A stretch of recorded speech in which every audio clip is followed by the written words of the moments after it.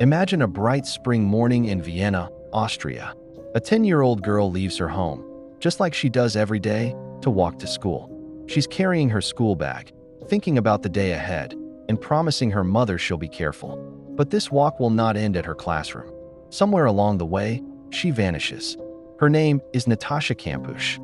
For more than 8 years, she is missing.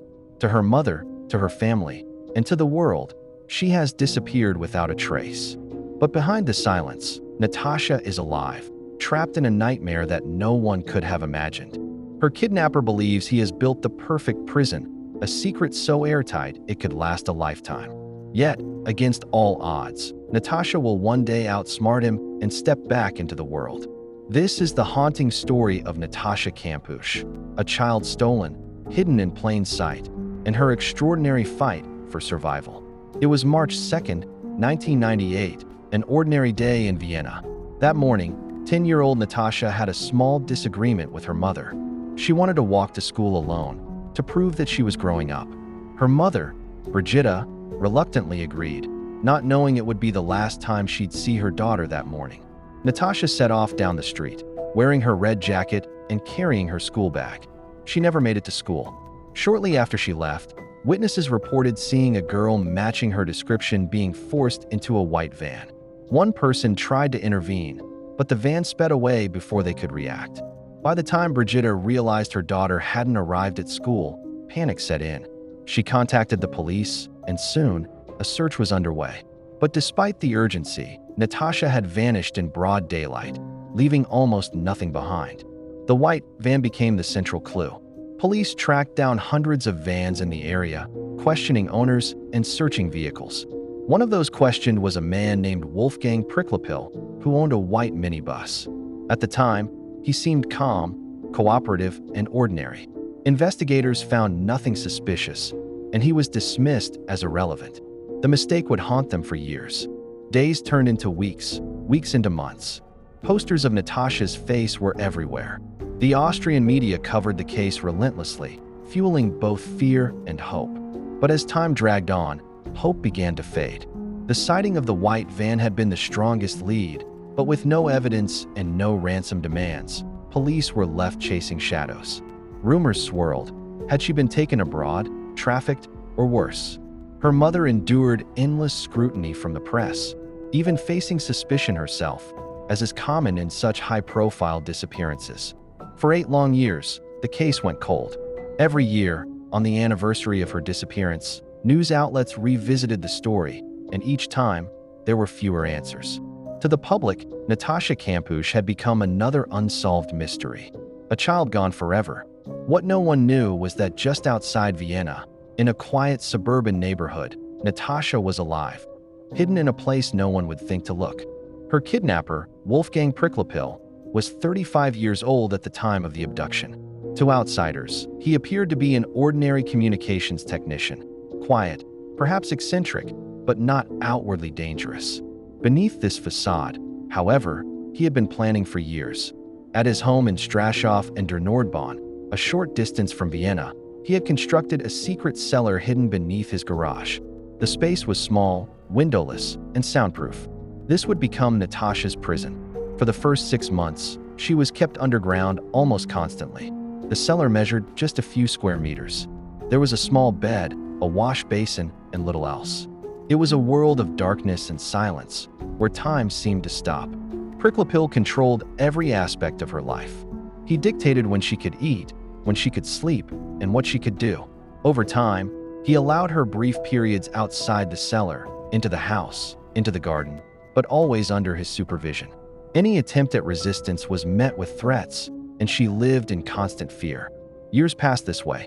While the world searched for her, she learned to survive in confinement. She read books, educated herself, and quietly observed her captor. Her world was limited to the walls of his house. But within that small space, she nurtured the strength she would one day need to escape. The most chilling part of her captivity was how invisible she became.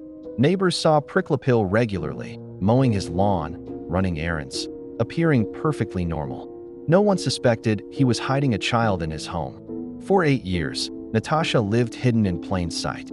By 2006, Natascha was 18 years old. She had spent nearly half her life in captivity. On August 23, 2006, Priklopil asked her to help wash his car in the garden. He was vacuuming the vehicle and became distracted.